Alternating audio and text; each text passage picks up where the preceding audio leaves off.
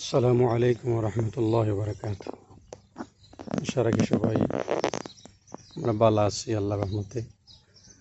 আল্লাহ পাকের তবরুল্লাহ হকট শুক্রিয়া যে মহান রব্বুল আলমিন আমাদেরকে আমরা যে অবস্থায় আছি আল্লাহ পাক আমাদেরকে সুস্থ রেখেছেন এবং যারা অসুস্থ আছেন সবার সুস্থতা কামনা করছি এবং সবার সর্বোচ্চটা সফলতা কামনা করছি। বিশেষ করে প্রবাস নামক যারা অনেক কষ্টের জায়গায় আছেন তারা সফলতা কামনা করছে। কথা হচ্ছে আমরা যে অবস্থায় আছি, যে স্থানে আছি, যে সিচুয়েশনে আমরা আছি, যে প্ল্যান পরিকল্পনা নিয়ে আমরা আছি, তার মধ্যে সবচেয়ে মূল্যবান বিষয় হলো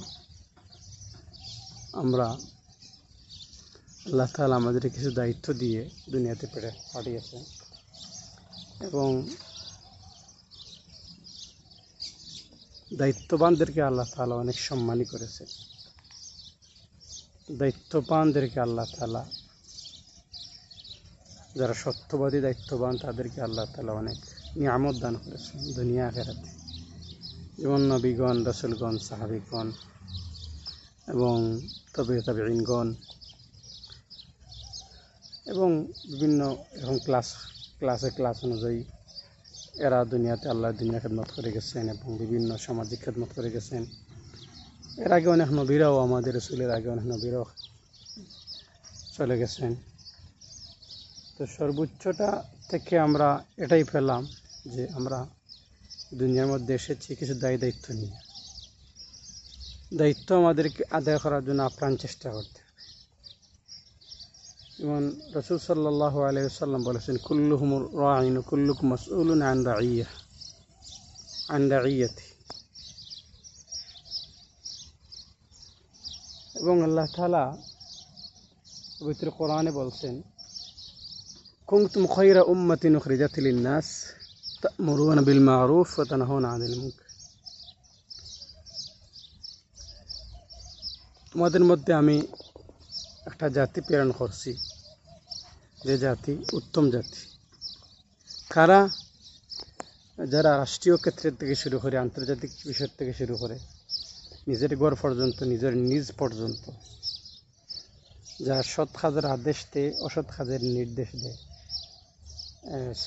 যারা সৎ কাজের আদেশ দেয়, অসৎ কাজের নিষেধ করে, এদেরকে আল্লাহ স্বয়ং বলছেন এরা উত্তম জাতি। এবং উত্তম জাতি, উত্তম মানুষ হতে হলে আমাদের কি করতে হবে? প্রতিনিয়ত আমাদেরকে কাজ চালিয়ে যেতে হবে। আমরা যে অবস্থানে আছি, আগে বলছিলাম, কেউ বিজনেসে আছি, সেটাতেও আপনার সতীত্ব আছে, সেটাতেও আপনার ধর্ম আছে। আপনি যে ধর্মে থাকেন না কেন, আপনাকে অবশ্যই বিশ্বাসতুল্য মনোভাব নিয়ে চলতে হবে। এটাই হচ্ছে পরেজগারি, এটাই হচ্ছে মুত্তাকিদের একটা ক্লাস। এবং আল্লাহ তাআলা কোরআনে বলছেন, ইন্নাল্লাহা ইউহিব্বুল মুত্তাকিন। আল্লাহ তাআলা মুত্তাকিদেরকে ভালোবাসেন, পরেজগারদেরকে ভালোবাসেন। আমাকে অনেক সময় বলা হয় আমি সুপরামর্শ দেওয়ার জন্য। সুপরামর্শ এখন কাকে দেব? সুপরামর্শ এখন কাকে দেব? সবাই সুপরামর্শ জানে এবং প্রত্যেককে আল্লাহ তাআলা জিজ্ঞাসিত করবেন। প্রত্যেকের দায়িত্ব নিয়ে আমরা ভুল করলে চলবে না, আমরা শুদ্ধটাই থাকতে হবে। যেমন আমরা অনেক সময় ভাবি যে আমার ছেলে, আমার মেয়েকে আমি খাওয়াবো, আর অন্য কোনো টেনশন করার প্রয়োজন নেই।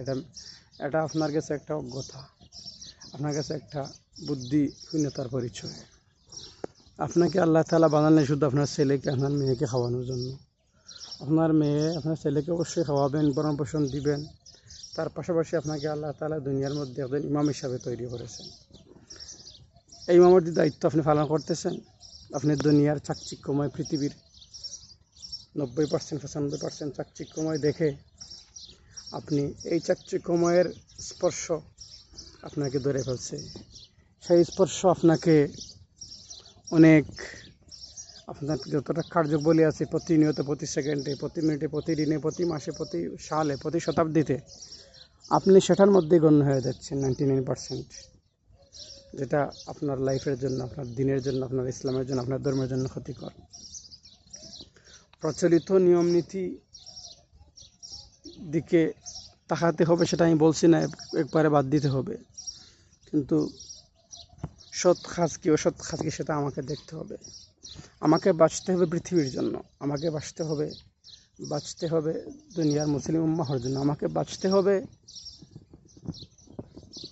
সমস্ত মানুষের জন্য দোয়ার দরজা হিসাবে, সমস্ত মানুষের উপকারের দরজা হিসেবে বাঁচতে হবে, অপকারের না, ক্ষতির না। এর জন্য আল্লাহ তাআলা দায়িত্বশীলদেরকে বলছেন, ইয়াওমা নাদউ কুল্লা উনাসিম বিইমামিহিম। প্রত্যেক জাতিকে আল্লাহ তাআলা ইমাম হিসাবে দুনিয়াতে প্রেরণ করেছেন। আপনি যে ঘরের ইমাম, আপনি যে বাড়ির ইমাম, আপনি যে গ্রামের ইমাম, আপনি যে আপনার ফ্যামিলির ইমাম, আপনি যে আপনার নিজের ইমাম, আপনাকে জবাবদিহি করতে হবে প্রতিটা সেকেন্ড। ফামান ইয়ামাল মিসকাল যারাতিন খায়রান ইয়ারা, বালাটাও আপনি দেখতে পাবেন, ফামান ইয়ামাল মিসকাল যারাতিন শাররান ইয়ারা, আপনি যারা পরিমাণ খারাপ দেখলে সেটা আপনি দেখতে পাবেন। এর জন্য আমার কথা হলো শুধু আমার ফ্যামিলির জন্য না, আমার বোনের জন্য, আমার ভাইয়ের জন্য, সমস্ত পৃথিবীর ভাই বোনের জন্য।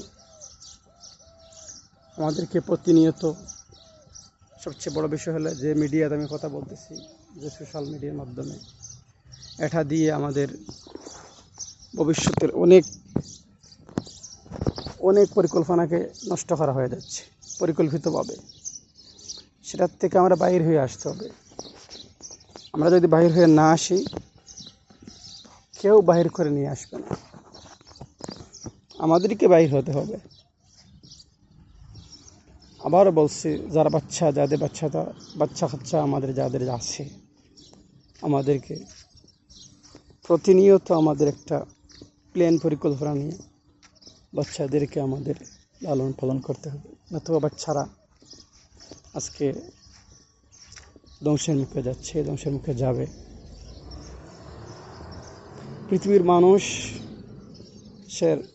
আজকের পৃথিবীর মানুষের 95% ক্ষমতা,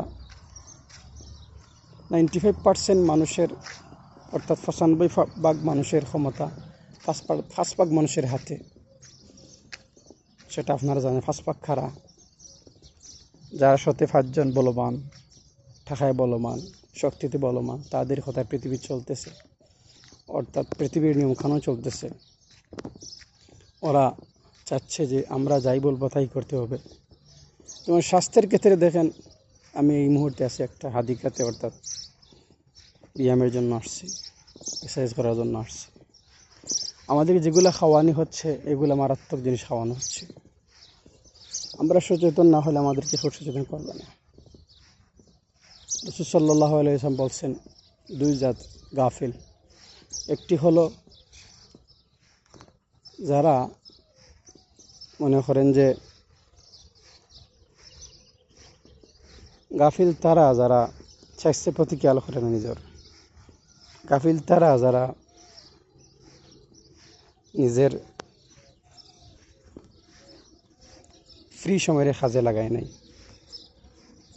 আজকে মানুষ অধিকাংশ ক্ষতিগ্রস্ত, ফ্রি সময়ের কাজে লাগায় না, ফ্রি সময়কে তারা মূল্যায়ন করে না, যার কারণে তারা ক্ষতিগ্রস্ত। আমাদের ফ্রি সময়কে আমাদের কাজে লাগাতে হবে, ফ্রি সময়কে আমাদেরকে চেষ্টা করতে হবে কাজে লাগানোর জন্য। আমাদের হাতে অনেক সময় থাকে, সেই সময়টা থেকে আমাদের দেখেন, আপনার সময়টা পৃথিবীতে থাকবে না, আপনার যে হায়াতের সীমানা আটে সেটা পৃথিবীতে থাকবে না, চলে যাবে চিরসত্য। আপনিও মরে যাবেন, আমরাও মরে যাবো, এটা না। প্রতিটা কর্ম কিন্তু আপনার তাকে কিছু কর্মগুলা সাদকায়ে জারিয়া রাস্তাঘাট করে গেলে, নেক আওলাদ রাখে গেলে, যদি সে ওই দিনের খেদমতে থাকে, এবং কোনো প্রতিষ্ঠা